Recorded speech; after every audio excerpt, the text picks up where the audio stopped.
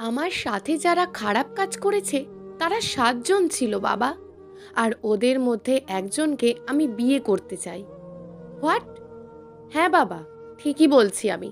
ওই ছেলেকে বিয়ে আমায় করতেই হবে। পুরো পরিবারের লোকজন থ সেজে গেল আমার কথায়। জানি অনেক প্রশ্নের সম্মুখীন হতে হবে এখন আমায়, কিন্তু আজকে কোনো কিছুরই তোয়াক্কা করব না আমি।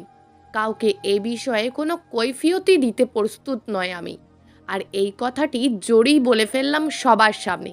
তারপর সেখান থেকে উঠে আমার ঘরে চলে গেলাম। আজকে নিজের মধ্যে একটা প্রশস্তি অনুভব করছি।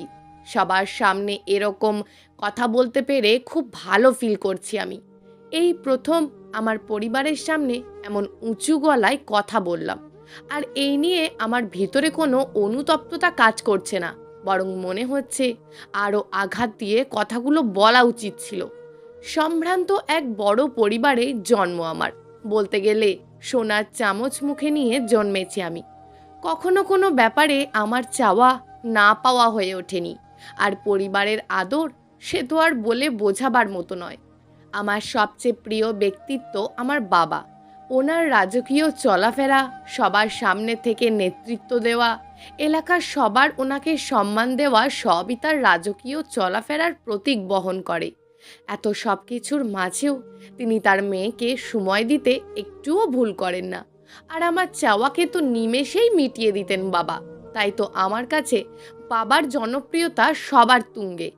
কিন্তু এত প্রভাবশালিতার মাঝেও আমার সাথে এরকম এক ভয়াবহ ঘটনা ঘটবে তা কেউ কখনো স্বপ্নেও ভাবেনি। এমনকি কারোর সাথে ব্যক্তিগত শত্রুতাও ছিল না আমার বা আমার পরিবারের। যদিও ব্যাপারটা আমার পরিবারের বাইরে কেউ জানে না, কিন্তু জানতেই বা কতদিন। আর এই চিন্তা নিয়েই আমার পরিবারের এত মাথা ব্যথা। তাই তো আমাকে ফিরে পেতেই সবার এমন ঘোট পাকিয়ে প্রশ্নোত্তর পর্ব চলল বেশ কিছুক্ষণ। কিন্তু আমার কঠিন থেকে কঠিনতম কথার বেড়াজালে সবাই যে হতবাক, সে বিষয়ে কোনো সন্দেহ নেই। এই 3 দিন আমার পরিবার আমাকে হন্য হয়ে খুঁজেছে, কিন্তু কোনো খোঁজ মেলাতে পারেনি।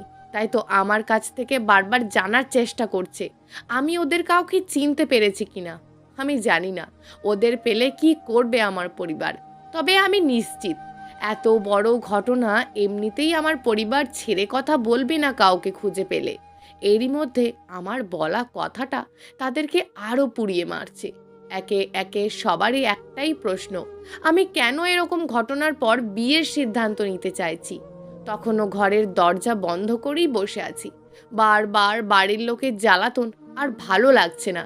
তাই তো চিৎকার করে মাকে বললাম, প্লিজ আমাকে একা থাকতে দাও মা। তারপর অবশ্য আর কেউ আসেনি।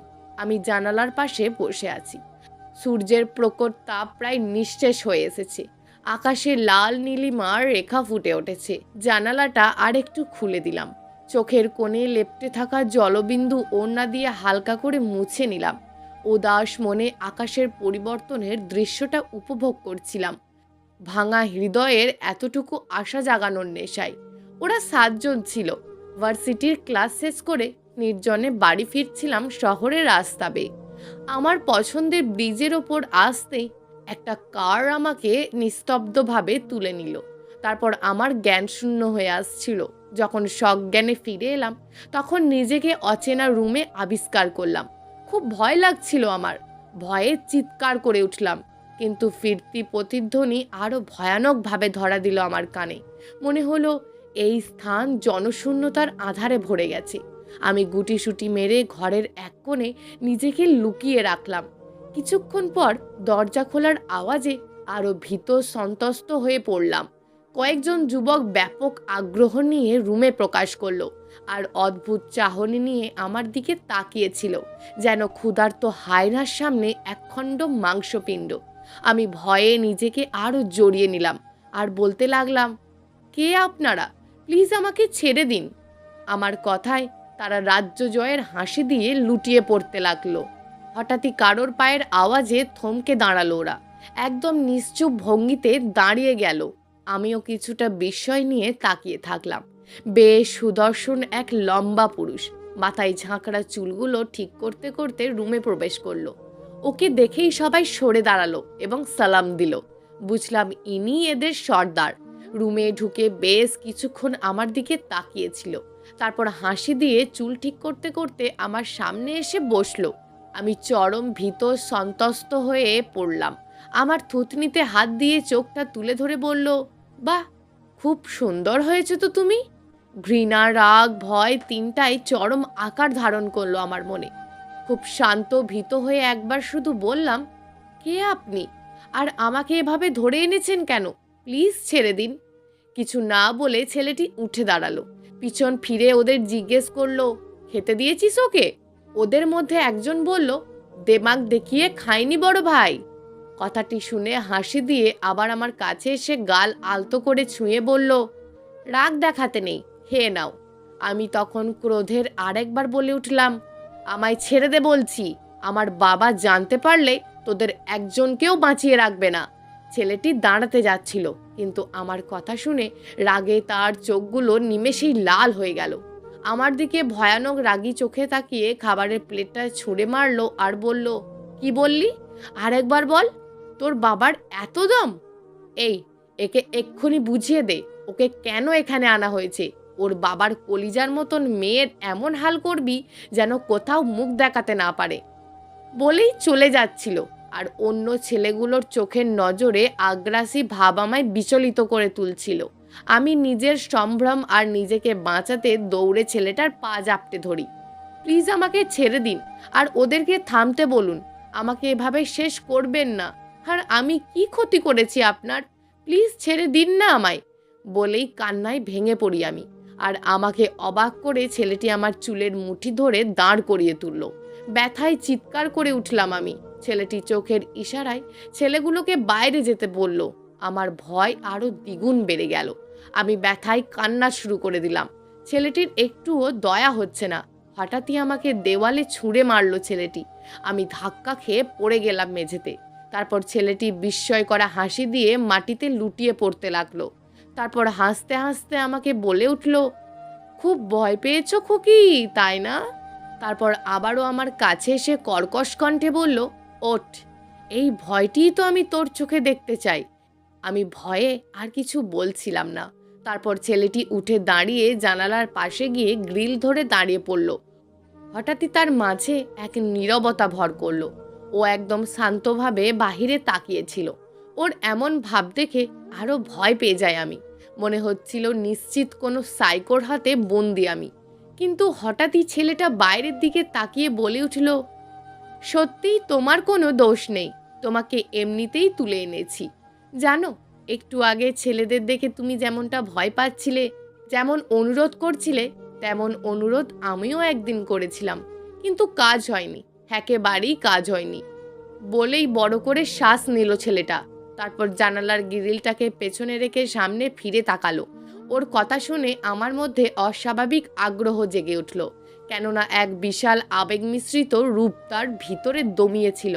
হঠাৎই যেন হিংস্র বাঘের আহত রূপ ফুটে উঠল। আমি তখনও কিছু বলার সাহস পাচ্ছিলাম না, শুধু দাঁড়ানোর চেষ্টা করলাম দেওয়াল ঘেঁষে। তারপর আবারও ছেলেটি বলতে লাগলো, দেখো, একটু আগে কেমন ঘাবড়ে গেলে, অথচ আমাকে তুমি একটুও বিশ্বাস করলে না যে তোমার কিছু হবে না। আর কেনই বা করবে? আমি তো তোমার একদম অপরিচিত। কিন্তু একবার ভাবো, আমি যদি তোমার পরিচিত হতাম এতটা ভয় পেতে বলো? আমি ওর কথায় সায় মেলাতে সংকোচে মাথা নেড়ে বললাম, না, পেতাম না। ও একটু হেসে উঠল, তারপর বলল, কিন্তু জানো, আমার পরিচিত জনকে দেখেও সেদিন খুব ভয় পেয়েছিলাম, একটুও শোনেনি আমার কথা। এতটুকু বলেই আবার কর্কশ কণ্ঠে বলে উঠল, কিন্তু এই ভয় আবারও তোমার বাবা মিস্টার আফজালের চোখে দেখতে চাই আমি, দেখতে চাই। আর সেজন্যই তোমাকে এখানে এনেছি আমি। বলেই হন হন করে রুম থেকে বেরিয়ে গেল। আমি অবাক হয়ে গেলাম ওর কথা শুনে। সাহস নিয়ে পিছন ফিরে ডাকলাম তাকে, কিন্তু কিছুতেই সাড়া মিলল না। অন্যথায় রুমটা বন্ধ হয়ে গেল। আমি নির্বিকার হয়ে মাটিতে বসে পড়লাম। আমি ভাবলাম, আমার বাবা, কিন্তু আমার বাবার সাথে এই ছেলেটার সম্পর্ক কি? কি সংযোগ তাদের? কোনো উত্তরই মেলাতে পারছিলাম না। আমার ভিতরটা অস্থিরতায় ছেয়ে নিল। রংধনুর রং বেশ কিছুক্ষণ পেরিয়ে গেল, প্রায় সন্ধে নেমে আসবে। এই প্রথমবার বাহিরটা দেখার জন্য জানালাটা মেলে দিলাম। বাইরের প্রকৃতি আমাকে মুগ্ধ করলো। পাহাড়ে ঘেরা চারপাশ আর বিপুল জলরাশি ঝর্ণা হয়ে পড়া খুব কাছ থেকে দেখতে পেলাম। মাঝে মাঝে সাঁঝের বাতাস ছুঁয়ে যাচ্ছে আমাকে। হালকা শীতের অনুভূতিও কাজ করছে শরীরে। বোধহয় দূর পাহাড়ে বৃষ্টি ছুঁয়ে নিয়েছে। কিন্তু কোথায় আমি আটকে আছি কিছুই বুঝতে পারছিলাম না। হঠাৎই সজোরে দরজাটা খুলে গেল।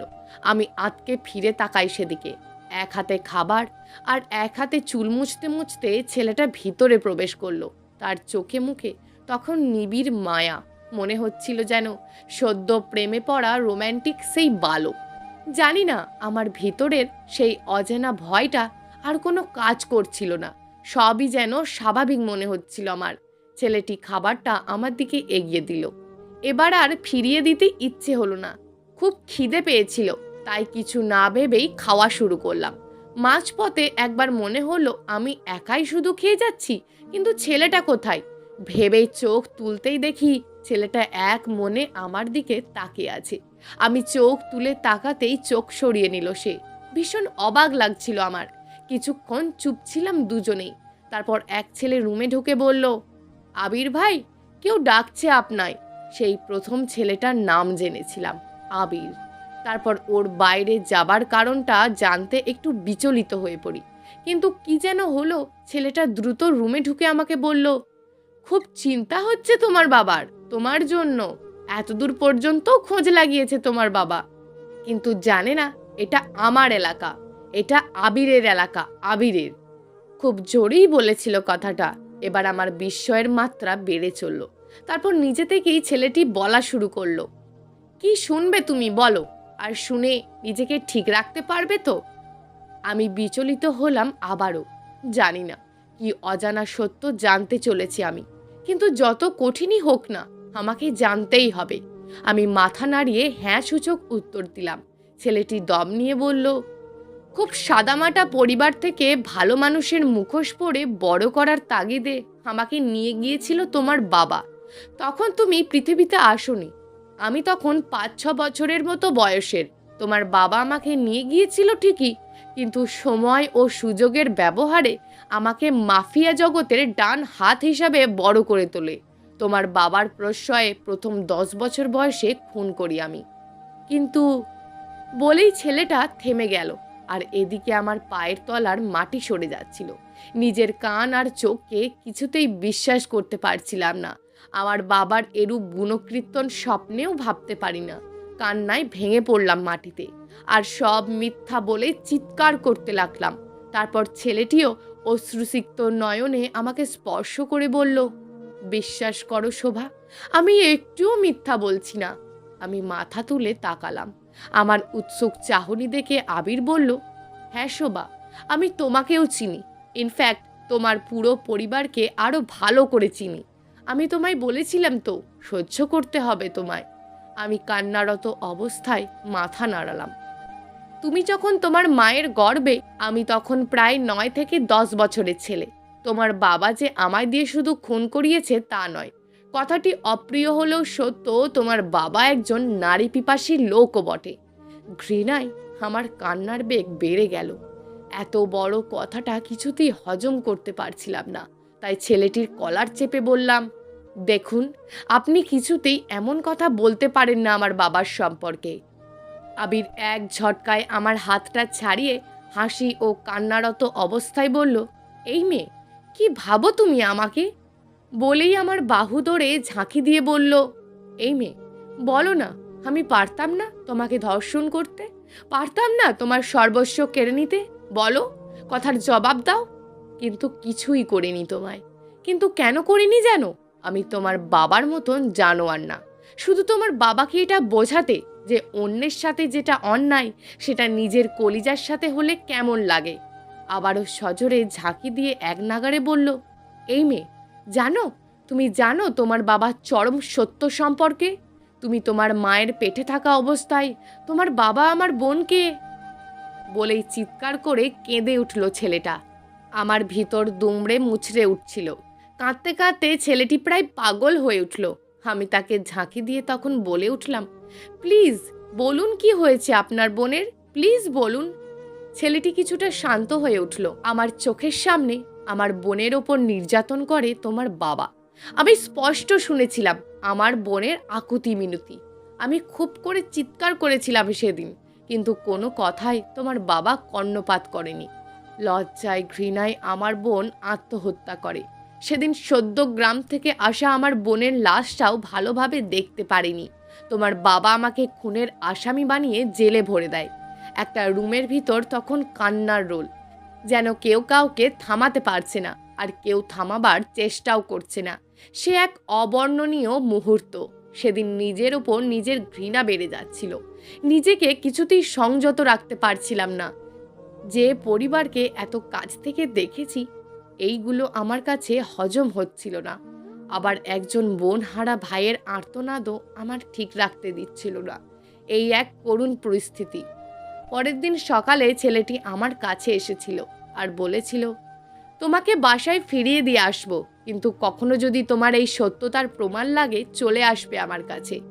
তোমার ফিরে আসার অপেক্ষা করব আমার এই পাহাড়ের শহরে। আর পারলে আমাকে ক্ষমা করে দিও। বলেই ছেলেটি আমার সামনে থেকে চলে গেল। শত ডাকেও পিছন ফিরল না ছেলেটি। হঠাৎই দরজায় আবারও কড়া পড়ল, আর সাথে সাথেই নিজের ভাবনার মুহূর্তের ছেদ ঘটল আমার। মায়ের ডাকে নিজেকে শান্ত করলাম। চোখের জল মুছে মাকে ভিতরে ডাকলাম। জড়িয়ে নিলাম মাকে। মায়ের কোলেই মাথা দিয়ে শুয়েছিলাম কিছুক্ষণ। হঠাৎই মাকে প্রশ্ন করে বসলাম বাবার সম্পর্কে, কিন্তু মায়ের চোখেও জলকণার আনাগোনা দেখতে পেয়েছিলাম। তার মানে চিরন্তর সত্যের প্রাচীর আজ চিরন্তরভাবেই প্রকাশ হলো আমার চোখে। তাই তো নিজেকে আর এই পুরীতে কিছুতেই আটকে রাখতে পারছিলাম না। তাই তো মাঝ রাতেই সেই কুয়াশার চাদরে ঢেকেই রওনা হলাম আমার দ্বিতীয় প্রশ্নের জবাবের আশায় সেই পাহাড়ি প্রান্তরে। জানি না এই প্রত্যাবর্তন কিসের জন্যই বা এই পথ চলা। শুধু জানি এই প্রত্যাবর্তন নিজের আশ্রয়, নিজের কল্যাণের, নিজের শেষ মহান আশ্রয়ের। প্রিয় দর্শক, এই গল্পটা আপনাদের কেমন লাগলো তা অবশ্যই একটি কমেন্ট করবেন। আর যদি গল্পটা আপনাদের ভালো লেগে থাকে তাহলে ভিডিওটিতে একটি লাইক করে দেবেন, এবং এই ধরনের ভিন্ন স্বাদের গল্প শোনার জন্য চ্যানেলটিকে অবশ্যই সাবস্ক্রাইব করে আমাদের সঙ্গে যুক্ত থাকুন।